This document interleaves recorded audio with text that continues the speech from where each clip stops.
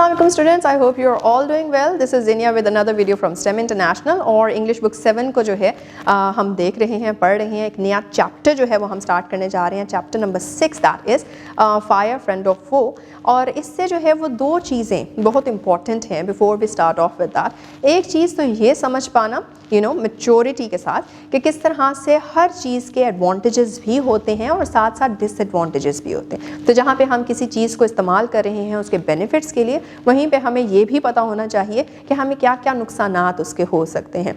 यहाँ पे हम फायर की बात करेंगे तो वैसे अदरवाइज़ मोबाइल फ़ोन्स का ज़्यादा इस्तेमाल या फिर इंटरनेट का ज़्यादा इस्तेमाल या फिर टीवी के ज़्यादा देख लेना, कार्टून्स के ऊपर ज़्यादा टाइम बर्बाद करना एंड ऑल दैट, जहाँ पे आपको एंटरटेनमेंट मिल रहा है, कुछ लर्निंग मिल रही है, वहीं पे आपका टाइम भी कॉम्प्रोमाइज़ हो रहा है, राइट. सो ये सटल सा बैलेंस जो है वो लाइफ में किस तरह से, एंड ऑल्सो क्योंकि फायर के ऊपर हम जो है वो फोकस कर रहे हैं, सो फायर से रिलेटेड कोई भी चीज़ जो हम यूज़ करें तो हमें सेफ्टी प्रिकॉशंस पता होने चाहिए.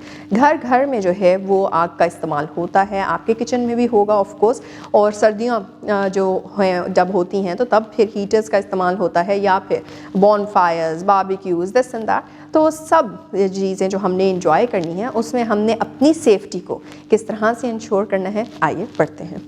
Alright students, in this particular video as we are gonna start reading our chapter 6 Fire Friend and Foe, से पहले we have a very thoughtful picture provided to us on page 60. और उस picture में हम देख रहे हैं कि एक तो किचन का पूरा सिनेरियो है. हम देख रहे हैं कि स्टव के ऊपर there is something that is cooking, और साथ ही सामने विंडो में we see a particular house that is set on fire. तो हम यहाँ से क्या चीज़ सीख सकते हैं? एक चीज़ अवेयरनेस. स्टव है, हम यहाँ पे किचन में कोई इंसान और नहीं देख रहे, कोई सुपरवाइज करने को नहीं है, यहाँ पे एब्सेंस ऑफ सुपरविजन है, जिसकी वजह से जो है वो आग आउट ऑफ कंट्रोल हो सकती है. और जिस तरह से हमें विंडो में नज़र आ रहा है उस तरह से हर जगह इस घर में भी आग लग सकती है. सो सेफ्टी एंड प्रिकॉशन का जो एक अवेयरनेस है, एक रिस्पॉन्सिबिलिटी है हमारी कि हम जानें और समझें कि किस तरह से हम अगर फायर को यूज़ कर रहे हैं तो उसकी कौन कौन सी चीज़ें हैं या फिर उसकी किस तरह से प्रॉपर सुपरविजन है जिसको हमने इंश्योर करना है. All of these things are important. And with that, before we start with the reading again, there are a few questions जो कि मैं चाहूँगी कि आप जो है वो एक दूसरे के साथ डिस्कस करें. उसके बारे में पहले तो सोचें और फिर एक दूसरे के साथ डिस्कस करें. Number 1, what is fire? What do you think fire है क्या? आग होती क्या है? Number 2, how do you think early humans first discovered fire? आपको क्या लगता है कि जो शुरू के लोग थे जो कि केव मैन जिन्हें कहा जाता है, उन्होंने फायर को किस तरह से डिस्कवर किया था? Number 3, in what ways do we use fire in our homes today?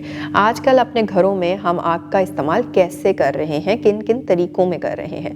And what problems can arise if fire is not handled carefully? और अगर उसका सही तरीके से इस्तेमाल नहीं होता या फिर उसको केयरफुली हैंडल नहीं किया जाता तो फिर क्या क्या मसले मसाइल जो हैं वो हमें दरपेश हो सकते हैं. And then how can people control fire to keep themselves safe? और फिर आग को किस तरह से कंट्रोल किया जा सकता है ताकि लोग अपने आप को महफूज रख सकें. And last but not the least, why do you think fire is called both a friend and a फो?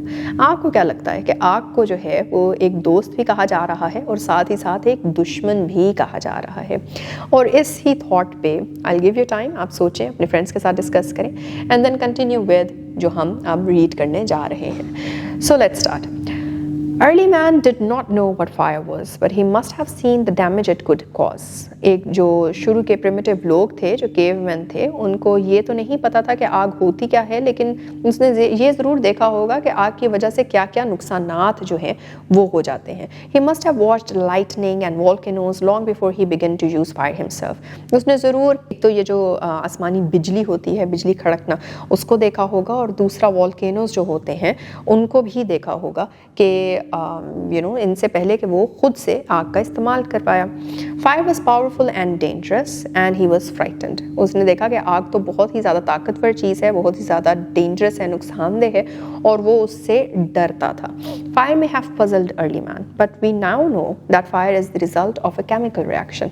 तो शुरू के जो लोग थे या फिर जो पुराने लोग थे, केवमैन थे, उनको कन्फ्यूजन ज़रूर हुई होगी कि आग एक्चुअली में है क्या. हो सकता है कि वो उसको मैजिक की तरह सोचते हों, लेकिन आज हम हम जानते हैं कि आग सिंपली एक केमिकल रिएक्शन का रिजल्ट है। When the oxygen in the air combines with carbon and hydrogen in a fuel, a chemical reaction takes place. कोई भी ऐसी चीज़, कोई भी ऐसा फ्यूल जिसमें जो कि कार्बन और हाइड्रोजन से मिलकर बना हुआ है, एयर के अंदर हवा में जब ऑक्सीजन उसके साथ कंबाइन कर जाती है, ऑक्सीजन गैस जो है जब उसके साथ कंबाइन करती है तो फिर उससे आग बन जाती है। Energy in the form of heat and light is released in this process, और इसी प्रोसेस में, इसी केमिकल रिएक्शन के थ्रू एनर्जी रिलीज होती है। और वो एनर्जी किस किस फॉर्म में हमें नज़र आती है? एक हमें गर्माइश या हीट की फॉर्म में मिलती है, और दूसरा लाइट, रोशनी की फॉर्म में नज़र आती है। This is why when you blow on smoldering paper, it often bursts into flame. इसी तरह से जब आपने, अगर कभी आपने पेपर को आग लगाई है और उसके ऊपर फिर आप फूंकें अगर उस पर, तो आप देखेंगे कि किस तरह से जो है वो आग ज़्यादा सुलगने लग जाती है और एक फ्लेम बन जाता है। The third thing needed to make fire is heat. और तीसरी चीज़ जो कि चाहिए होती है आग को और बढ़ाने के लिए, वो हीट होती है। Fuel and oxygen do not make fire by themselves. Fuel और ऑक्सीजन सिर्फ और सिर्फ आपस में मिक्स कर दिए जाएं तो आग नहीं बनती, बल्कि उसको गर्म भी करना पड़ता है। और एल्स अ न्यूज़पेपर और a stick lying in the open would catch fire on its own. Otherwise अगर इस तरह से होना होता तो फिर तो न्यूज़पेपर या आपकी बुक भी, या फिर कोई पेपर अगर ऐसे ही पड़ा हुआ है तो वो तो इसी तरह से जो है वो आग पकड़ लेता, क्योंकि पेपर भी कार्बन और हाइड्रोजन से ही बना हुआ है, right. So to burn a piece of paper और wood we heat it before it catches fire. तो इससे पहले कि पेपर या फिर लकड़ी जो है उसको आग लगे, हमें उससे पहले जो है वो गर्म करना पड़ता है। You generally do this with a lighted match. और हम जनरली ये किस तरह से कर पाते हैं कि हम एक जलती हुई माचिस का इस्तेमाल कर लेते हैं। Every fuel has a particular temperature at which it begins to burn. This temperature is called the flash point or kindling temperature of the fuel. Her fuel, कोई भी हो, पेपर हो, वुड हो, या इस तरह की कोई भी चीज़ जो कि कार्बन और हाइड्रोजन से मिलकर बनी हुई है, वो उसका कोई एक पर्टिकुलर टेम्परेचर होता है जिस पे वो जलना शुरू होती है, और इस पर्टिकुलर टेम्परेचर को हम फ्लैश पॉइंट कहते हैं या फिर किंडलिंग टेम्परेचर कहते हैं उस पर्टिकुलर फ्यूल का। It is sometimes said that fire is a good servant but a bad master. कभी कभार ये कहा जाता है कि आग जो है वो एक अच्छी सर्वेंट, अच्छा गुलाम तो ज़रूर है, लेकिन अगर तो वो भड़क ज़्यादा जाए और वो मास्टर बन जाए तो वो बहुत ही क्रूअल, बहुत ही बुरा होता है। It only means that fire is very useful as long as it is kept under control. इसका सिर्फ यही मतलब निकलता है कि जब तक उसको कंट्रोल में रखा जाता है तब तक वो हमारे काम आ सकती है या हमारी चीज़ों में मदद कर सकती है। For instance, we use fire to cook our food, warm our homes in winter and generate electricity. Example के तौर पे हम आग को इस्तेमाल करते हैं खाना पकाने के लिए, अपने घरों को सर्दी में वार्म रखने के लिए, गर्म रखने के लिए, और इलेक्ट्रिसिटी, बिजली जनरेट करने के लिए भी। But on the other hand, if fire gets out of control it can be very dangerous. लेकिन दूसरे हाथ पे क्या है कि अगर तो यही आग कंट्रोल से बाहर हो जाए तो फिर बहुत ज़्यादा नुकसानदेह हो जाती है। Each year thousands of homes and shops are damaged by fire. हर साल हज़ारों घर और दुकानें जो हैं वो आग की वजह से डैमेज हो जाती हैं। Vast areas of forest are also destroyed and hundreds of people are killed और इंजर्ड। जो फॉरेस्ट हैं, जो जंगलात हैं, उनके बड़े बड़े जो एरिया है, काफ़ी वास्ट एरियाज, वो भी डिस्ट्रॉय हो जाते हैं, और लोग ढेरों हिसाब से जो है वो मर भी जाते हैं, और साथ ही साथ वो इंजर भी हो जाते हैं, उनको कोई ना कोई चोट भी आ जाती है, जल जाते हैं basically. Just as 3 things are needed to start a fire, there are 3 main ways in which a fire can be put out. जैसे 3 चीज़ें हमें चाहिए थी आग को शुरू करने के लिए या लगाने के लिए, जिसमें हमने देखा कि ऑक्सीजन है, फ्यूल है और हीट है। इसी तरह से 3 ऐसी भी चीज़ें हैं जो कि आग को ख़त्म करने में या बुझाने में मदद देती हैं। In each case one of the 3 things needed for burning is taken away. Her case में कोई एक ऐसी चीज़ जो कि आग को ज़्यादा बढ़ाने में मदद देती है, वही चीज़ जो कि उसका फ्यूल है, उसमें से किसी एक चीज़ को हटा दिया जाता है। First we can take away the fuel. पहली चीज़ तो हम कार्बन हाइड्रोजन वाली जो चीज़ है, जो फ्यूल है, आपका पेपर है, वुड है, जिस चीज़ को भी आग लगती है उसको वहाँ से हटा दिया जाए। If the fire has no fuel to feed on, no burning can take place. For example 2 किताबें आपस में साथ में बिल्कुल पढ़ी हुई हैं। एक किताब को आग लग गई है तो दूसरी किताब को आप उसके पास से हटा दें, दूसरी किताब आग नहीं पकड़ेगी। सी सो इस तरह से आपने फ्यूल ही हटा दिया है तो फिर आग बुझ जाएगी। We often let a fire die out simply by not adding more fuel to it. और ऑफन यही किया जाता है कि हम उसको खुद से बुझने देते हैं। बस ये हम कर लेते हैं पक्का कि कोई ज़्यादा इस तरह की चीज़ नहीं उधर पड़ी हुई या फिर उस आग को मिलती कि जो वो पकड़ ले। The second way of putting out a fire is to prevent oxygen from reaching it. और दूसरा तरीका क्या है कि ऑक्सीजन की जो रीच है कि ऑक्सीजन उसको कितनी मिल रही है, क्योंकि जितनी ऑक्सीजन मिलेगी उतनी आग भड़केगी, तो हम ऑक्सीजन को ही लिमिट कर दें। No supply of oxygen means no fire. अब क्योंकि ऑक्सीजन बेसिक एक बीच में एलिमेंट है जिसकी वजह से आग लग रही है, उसी को ख़त्म कर देंगे, उसी की सप्लाई ज़ीरो हो जाएगी तो फिर आग भी बंद हो जाएगी। Small fires can be put out और smothered with a damp blanket और सैक। जो छोटी छोटी फायर्स होती हैं उनको आराम से जो है वो रोका जा सकता है, बुझाया जा सकता है। सिंपली उसके ऊपर गीला ब्लैंकेट या तो डाल दें या फिर जो सैक मिलता है, बोरी मिलती है, वो गीली करके जो है उसके ऊपर फेंक दी जाए। This stop the oxygen from reaching the burning material. और इससे क्या होता है कि ऑक्सीजन का जो बेसिकली उसको सोर्स मिल रहा था वो ख़त्म हो जाता है। Sometimes carbon dioxide is used to extinguish fires because it prevents oxygen reaching the burning material. और कभी कभार कार्बन डाइऑक्साइड को इस्तेमाल किया जाता है ताकि आप क्या करें, ताकि जो आग लगी हुई है उसको बुझाया जा सके। और इसके थ्रू भी यही होता है कि ऑक्सीजन की जो रीच होती है टू द फ्यूल और द बर्निंग मटेरियल उसको ख़त्म कर दिया जाता है। The third way of putting out a fire is to remove heat. और तीसरा तरीका ये है कि आप वहाँ से गर्माइश को, हीट को जो है वो रिमूव कर दें। If the temperature is brought below the flash point the fuel stops burning. अगर तो आप टेम्परेचर उसके फ्लैश पॉइंट से, जो हमने किंडलिंग टेम्परेचर भी नाम पढ़ा था, उससे कम कर दें तो फिर तब भी आग बुझ जाएगी। We blow on a burning matchstick or a candle to put it out। जिस तरह हम जब फूंक मारते हैं किसी भी कैंडल पे या किसी भी जलती हुई माचिस पे, तो बेसिकली क्या होता है कि हम अपने उस टेम्परेचर की वजह से, फूंक की वजह से जो है टेम्परेचर लो कर रहे होते हैं। By doing so we remove the hot air around the flame। और इससे क्या होता है कि उसके इर्द गिर्द जो गर्म हवा होती है उसको रिमूव कर देते हैं, bringing down its temperature below the flash point and the flame goes out। और इससे जो है वो टेम्परेचर डिक्रीज कर जाता है, फ्लैश पॉइंट से नीचे गिर जाता है और फ्लेम खत्म हो जाता है। Sometimes water is sprayed on a fire। कभी कभार क्या होता है कि पानी भी फेंक दिया जाता है, तो it absorbs heat from the burning fuel and lowers the temperature. इससे भी यही हो रहा होता है कि वो क्या करती है, क्योंकि पानी की हीट एब्जॉर्प्शन कैपेसिटी जो होती है वो ज़्यादा होती है, तो वो हीट को एब्जॉर्ब कर लेता है उस बर्निंग फ्यूल से और टेम्परेचर को ओवरऑल कम कर देता है। The layer of water also cuts of the supply of oxygen. और जब ऊपर पानी पड़ा हो तो फिर उससे क्या होता है कि ऑक्सीजन की सप्लाई भी ख़त्म हो जाती है and the fire is extinguished. और इस तरह से आग बुझ जाती है। Some fires can not be put out with water. लेकिन कुछ इस तरह की आग भी लगती है जिसको जो है वो पानी के इस्तेमाल से नहीं बुझाया जा सकता। If water is sprayed on an oil fire, the oil floats on the surface of water and continues to burn।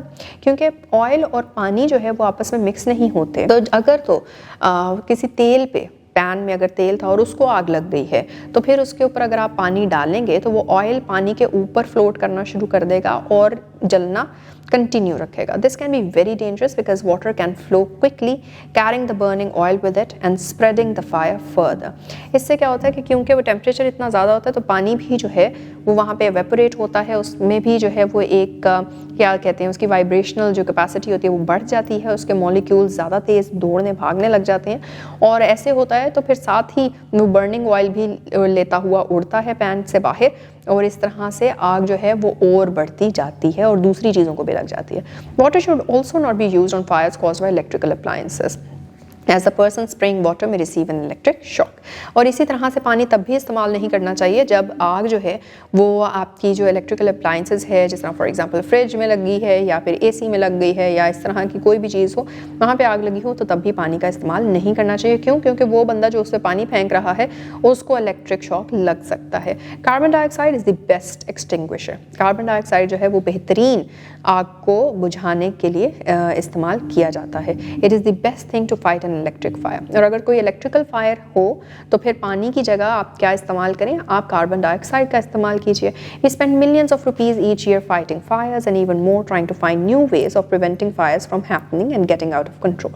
हम हर साल मिलियंस ऑफ रुपीज़ जो है वो लगा देते हैं आग के बुझाने के लिए, और उससे भी ज़्यादा जो है वो इस कोशिश पे कि हमें जो है नए तरीके मिलें जिससे हम आग को बढ़ता या फिर लगने से रोक सकें और वो हमारे कंट्रोल से बाहर ना जाए।